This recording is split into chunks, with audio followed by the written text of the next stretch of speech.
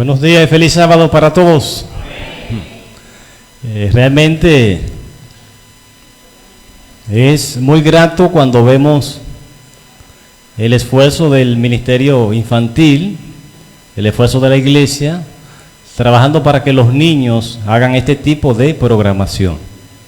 Lo que hoy se siembra en los niños, mañana nosotros los padres vamos a ver la cosecha.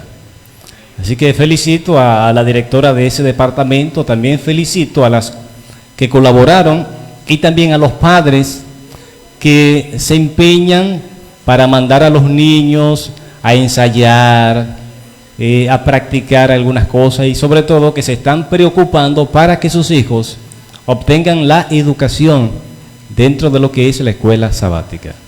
Así que realmente la programación pues luce bastante bien. Yo sé que la programación de los niños es alusiva a la Biblia, ¿verdad que sí? Se ha hablado de la palabra de Dios de la Biblia. Y en esta mañana, pues, también vamos a hablar de la Biblia. Vamos a hablar del Evangelio. Y vamos a hablar de la importancia, sobre todo de nosotros, estudiar, de escudriñar la Biblia, que es la palabra de Dios. Les invito a que por favor se coloquen en pie y vamos a tener una oración.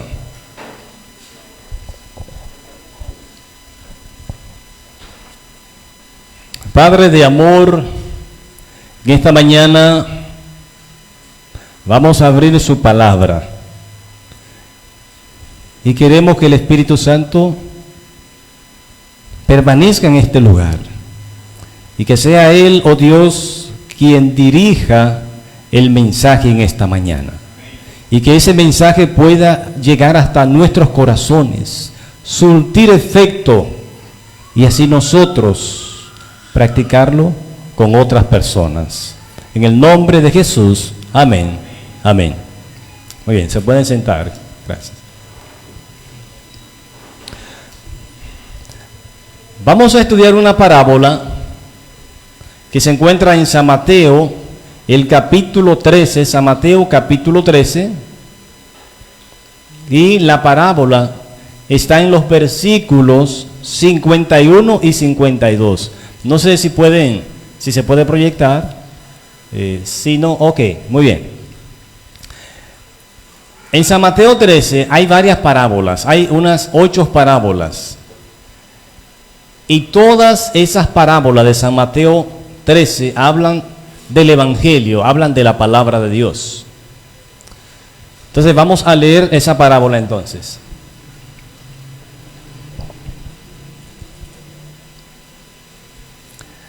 Bueno, yo la voy a leer aquí para no, ustedes la leen desde ahí. Yo la voy a leer aquí en mi Biblia, porque no alcanzo a ver de forma correcta. Empieza entonces la parábola. Jesús les dijo: ¿habéis entendido todas estas cosas? Jesús le pregunta a los discípulos: ¿habéis entendido todas estas cosas? ¿Cuáles cosas? Pues la enseñanza que ya Jesús le venía dando de la demás parábola, o sea, de toda la instrucción que Jesús le había dado a los discípulos. Ahora Jesús toma a esos discípulos, le hace esa pregunta y le relata una parábola. Y la parábola está relacionada con lo que ellos ya saben, con lo que ellos ya han conocido, o sea, con la enseñanza. Por eso la pregunta, Jesús les dijo: ¿habéis entendido todas estas cosas? Ellos respondieron: sí, Señor. Otra palabra, entendemos.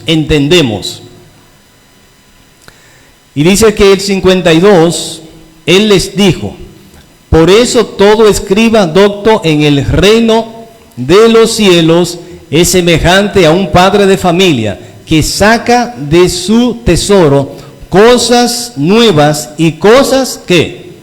Y cosas viejas. Cosas nuevas y cosas viejas.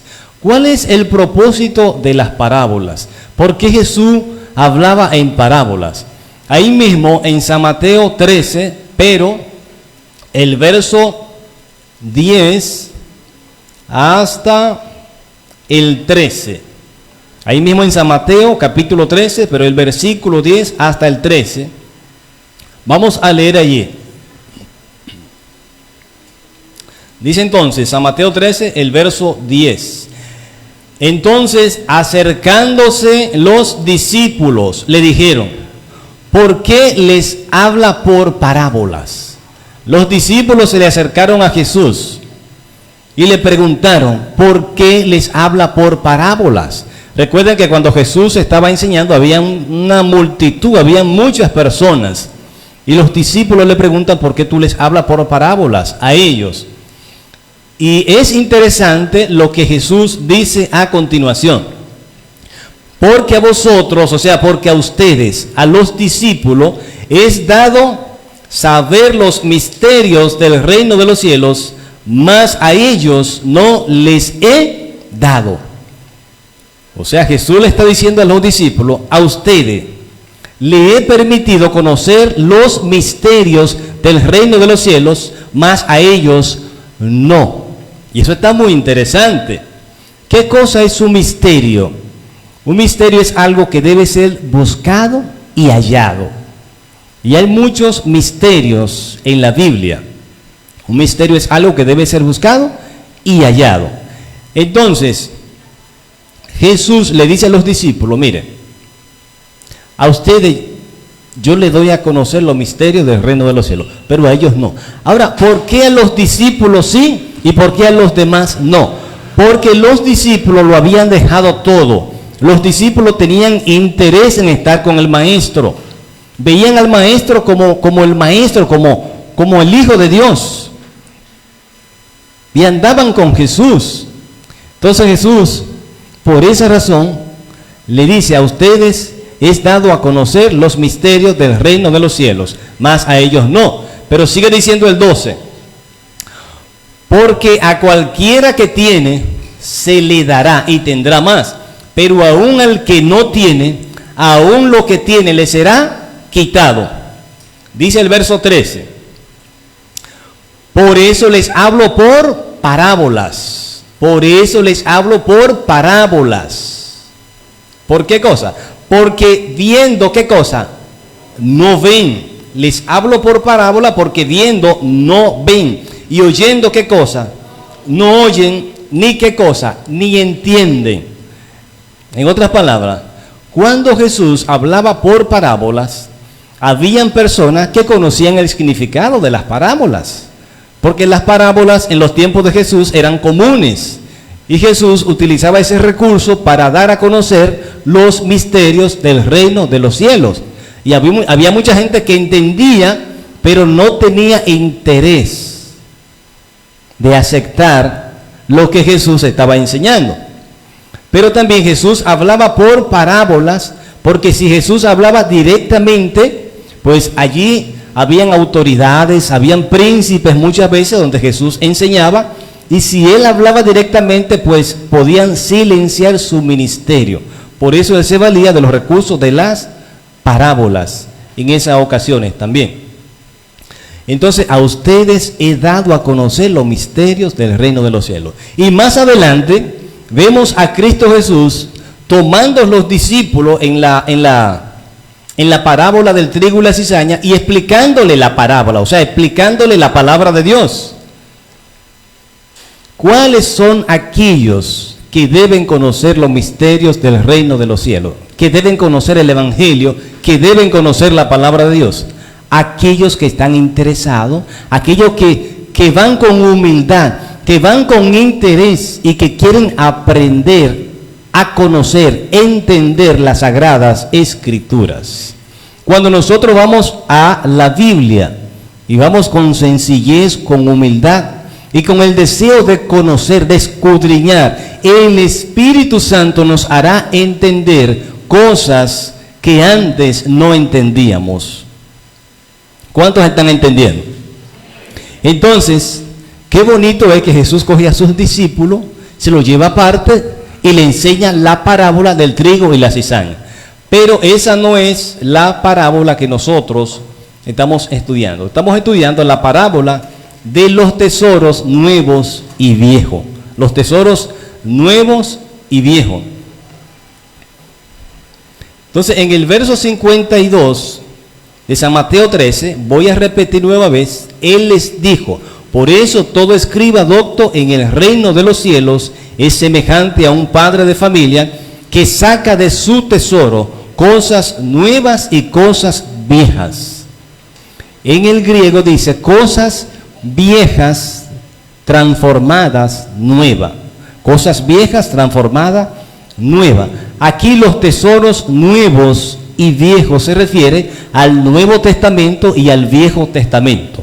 Los tesoros viejos es el Viejo Testamento o el Antiguo Testamento, y los tesoros nuevos es el Nuevo Testamento, el Evangelio de Cristo Jesús. Ahora aquí dice todo escriba docto.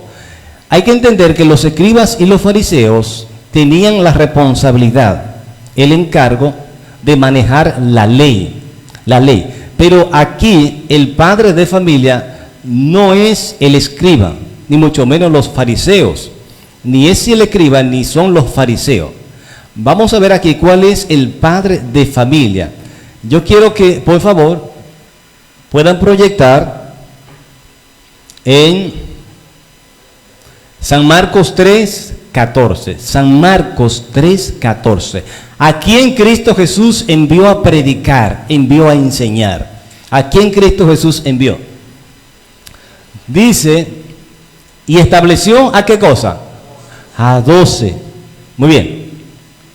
Estableció a 12 con él, y para enviarlos ¿a qué cosa?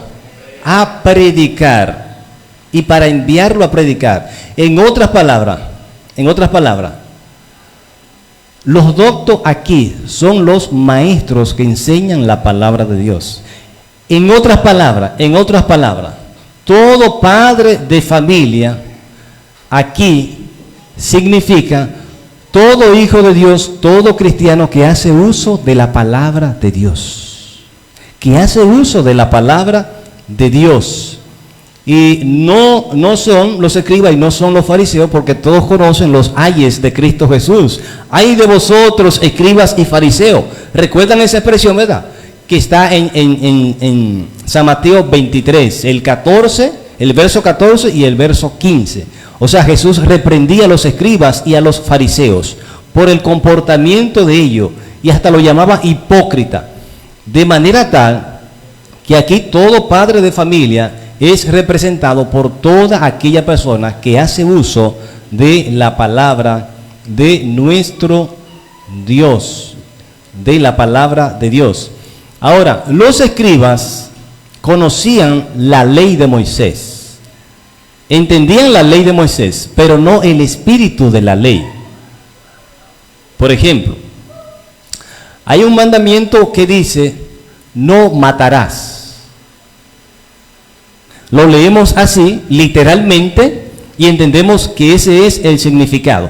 Pero ese mandamiento tiene una parte espiritual. Y nosotros vamos a ver algunos versículos bíblicos de cómo Jesús tomó algo de lo viejo, o sea, del Antiguo Testamento, y lo convirtió en nuevo. No fue que le puso otro mensaje, sino que en los tiempos de Jesús, Él le dio un significado más valioso y más sustancioso. Por ejemplo, vamos a proyectar a San Mateo 5, 20 y 21. San Mateo 5, 20 y 21. Vamos a ver allí cómo Jesús toma el Antiguo Testamento y lo presenta en su tiempo como nuevo. Algo viejo lo presenta como nuevo. Hay que entender que las palabras de Dios son nuevas cada día. De hecho, en San Mateo 5, 17 dice, no penséis que he venido a abrogar la ley y los profetas. No he venido a abolir, sino a qué cosa, a cumplir. Hay personas que creen que el Antiguo Testamento ya pasó de moda y que solamente estamos en el Nuevo Testamento. Pero dice el apóstol Pablo, toda escritura es inspirada ¿por quién? Por Dios. Cuando dice toda escritura, no se está refiriendo al Nuevo Testamento, porque todavía no estaba escrito, sino que se está refiriendo ¿a cuál? Al Viejo Testamento. Pero hay muchas personas, hay religiosos, que entienden que el Nuevo Testamento está abolido y que ya estamos en el Nuevo. Y déjenme decirle algo. El Evangelio en el Nuevo Testamento es la ley sintetizada, o sea, resumida. Ustedes recuerdan que en el Antiguo Testamento se hablaba mucho de leyes, ¿verdad? De los 10 mandamientos, de leyes civiles, un montón de leyes. Entonces, todas esas leyes, y especialmente las leyes espirituales, el decálogo, está resumido en lo que es el Evangelio. Si usted se pone a estudiar la Biblia en el Nuevo Testamento, desechando el Viejo Testamento, entonces está cometiendo un error muy grave. Porque el Nuevo Testamento depende del Viejo Testamento y el Viejo Testamento depende del Nuevo Testamento.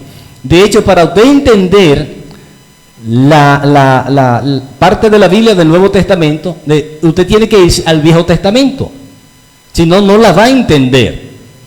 Porque el asiento de donde proviene el Evangelio es del Viejo Testamento. O sea, la palabra de Dios es una cadena desde el Génesis hasta el Apocalipsis, que no tiene contradicción y que todo se unifica. Lo que un profeta escribió en un tiempo y luego otro profeta escribió en otro tiempo, concuerda. O sea, hay una unidad perfecta en la Biblia. Y lo que se habla en el Nuevo Testamento, pues está basado en el Viejo Testamento. Vamos a ver entonces, en San Mateo 5, 20 y 21, vamos a ver ahí. Yo lo voy a leer aquí en la Biblia. Muy bien.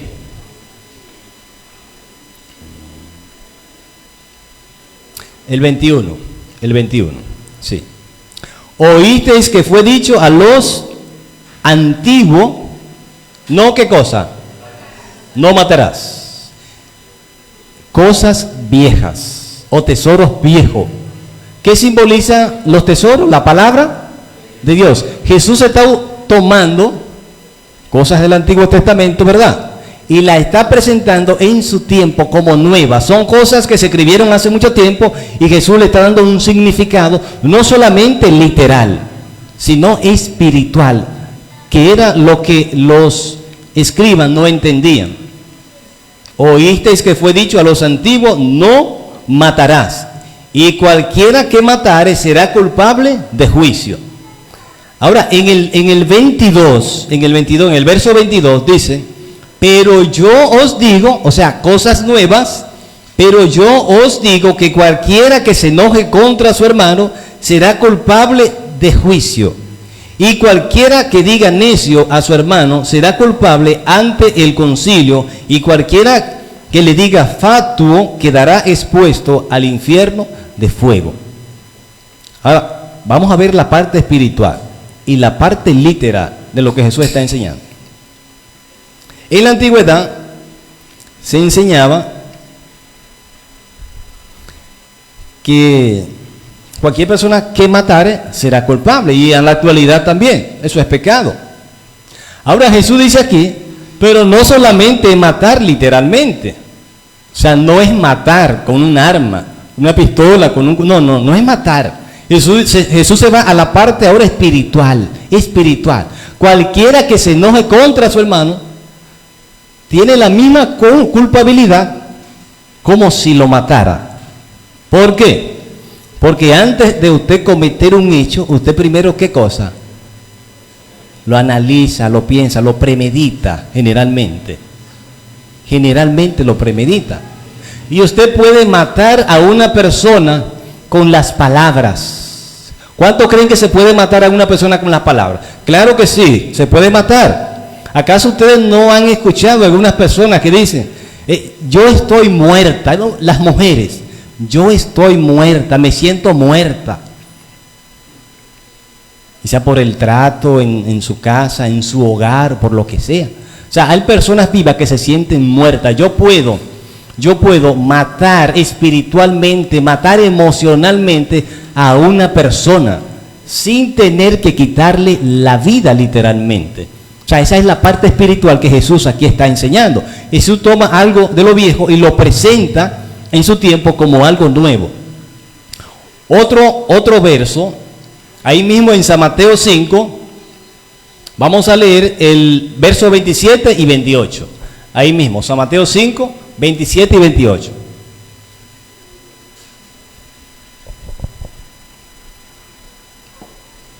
Dice: oísteis que fue dicho, no cometerás, ¿qué cosa? Adulterio, cosas viejas. Pero yo os digo cosas nuevas. Pero yo os digo que cualquiera que mira a una mujer para codiciarla, ya ha adulterado en su corazón, o sea, en su mente. Jesús dice, no hay que llegar al acto de tener relaciones con una mujer para que se cometa un adulterio. Cualquiera que mira a una mujer, dice Jesús, y le da cabida en su mente, y persiste, y pasan días y persiste, y esa figura o esa silueta de esa mujer está en tu mente. Mira, la mente imaginariamente puede hacer muchas cosas. Con la mente usted puede desnudar a cualquier mujer. Con la mente usted puede matar a cualquier persona imaginariamente. Y si eso está en la mente, y Cristo Jesús no controla la mente, de seguro que eso entonces se va a llevar a la práctica, tarde o temprano. Recuerden que la mente es el asiento de los pensamientos. Por eso Cristo Jesús dice, hijo mío, dame tu corazón, o sea, dame tu mente para yo controlarla. Vamos entonces a otro verso. Ahí mismo San Mateo 5, 43, 44 y 45. Ahí mismo San Mateo 5, los versículos 43, 44 y 45. Dice el 43: oísteis que fue dicho, cosa antigua, amarás a tu prójimo y aborrecerás a tu enemigo. Ahora dice el verso 44: pero yo os digo, o sea, cosas nuevas, pero yo os digo, amad a vuestros enemigos. Se había dicho aborreced a los enemigos. Ahora Jesús le da una connotación y una presentación espiritual. Pero yo os digo, amad a vuestros enemigos, bendecid a los que os maldicen, haced bien a los que os aborrecen, y orad por los que os ultrajan y persiguen, para que seáis hijos de vuestro Padre que está en el cielo, que hace salir su sol sobre malos y buenos, y que hace llover sobre justos e injustos. Entonces miren, cada época, la palabra de Dios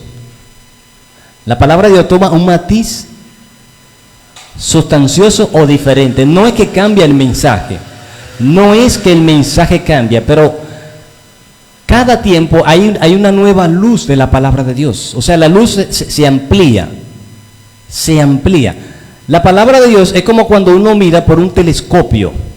Cuando tú miras por un telescopio en el espacio, hacia el espacio, están allí las estrellas. Tú no las puedes ver a simple vista.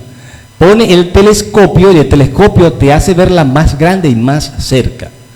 La función del telescopio no es añadir más estrellas, sino ver las que están, pero más que cosa, más de cerca, con una visión un poquito más clara. Entonces así mismo es la palabra de Dios para aquellos que la escudriñan. ¿Para quiénes? Para aquellos que la escudriñan. Hoy aquí hay un programa del ministerio infantil y se está hablando de la Biblia, se está hablando de la palabra de Dios. Y en esta mañana yo ruego, y la palabra de Dios presenta que nosotros tenemos que estudiar la Biblia, tenemos que escudriñar las Escrituras. Así como Cristo Jesús llevó a sus discípulos para explicarle el significado de la palabra, de la misma forma el Espíritu Santo está presto a darnos entendimiento de la palabra de Dios. Miren, cuando usted, como hijo de Dios, como discípulo de la palabra de Dios, usted va a la Biblia con humildad a estudiar la Biblia, y usted ora para que el Espíritu Santo le dé entendimiento, usted va a entender cosas que no entendía. Y cuando a usted le toque presentar la palabra de Dios, usted no va a tener palabras añejas, o sea, palabras como viejas y repetidas o estereotipadas, sino que sus palabras van a ser nuevas. Aunque usted va a la Biblia, y la Biblia se escribió hace muchos años ya, cuando usted la presenta, la va a presentar como nueva, de manera tal que hasta un niño la pueda entender. Porque el propósito de esta parábola que Jesús le relató a los discípulos no es sobre la capacidad de conocer la palabra de Dios, sino la forma de cómo se debe presentar o enseñar la palabra de Dios. O sea, con sencillez. Pero para eso, mis hermanos, ¿qué nosotros tenemos que hacer? Hay que estudiar, hay que estudiar. Se nos promete que en momentos de persecución, cuando tengamos que comparecer ante juicio, vamos a ser cuestionados sobre lo que creemos. Y dice que el Espíritu Santo nos hará recordar lo que nosotros hayamos aprendido. Pero es lo que nosotros hayamos aprendido, lo que tenemos en la mente, mis hermanos. En otras palabras, hay que sacrificarse, hay que sacrificarse. Si somos cristianos, si somos hijos de Dios,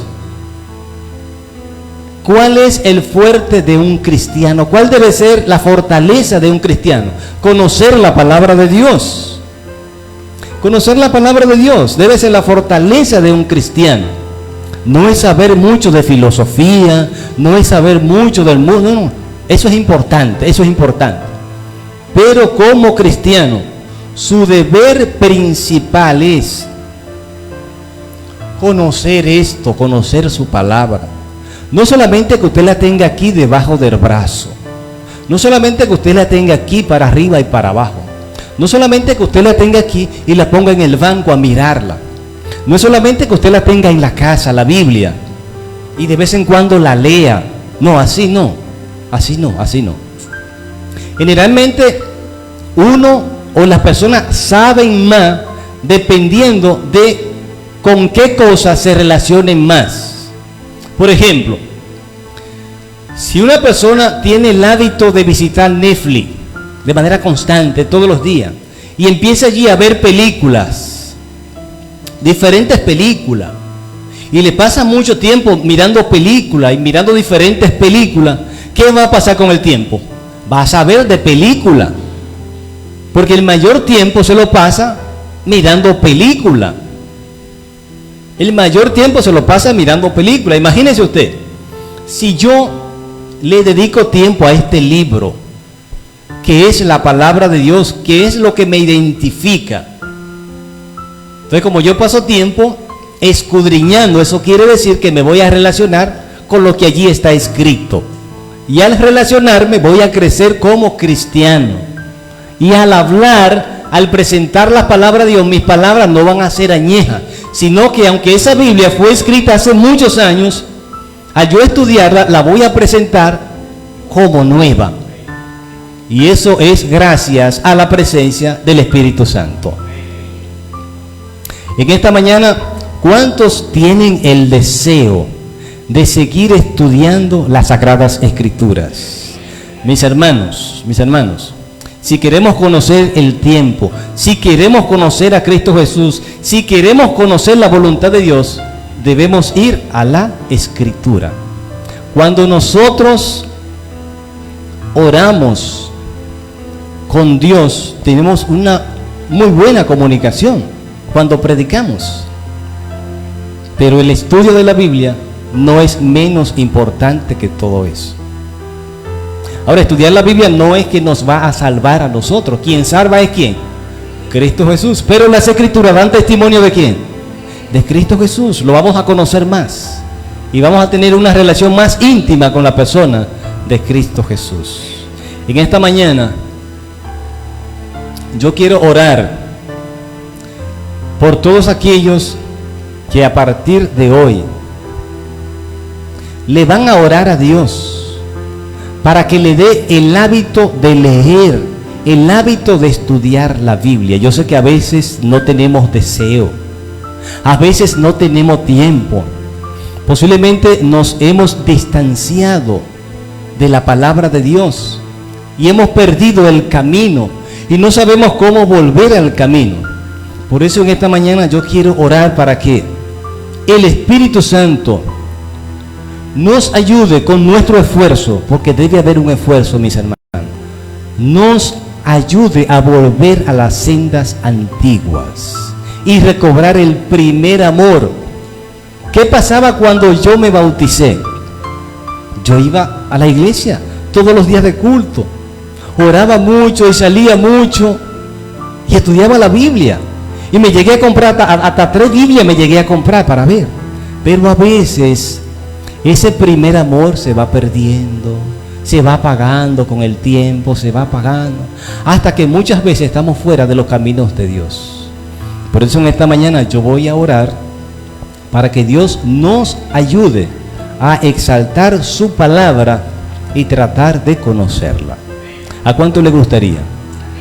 Les voy a pedir entonces que se coloquen en pie para yo orar.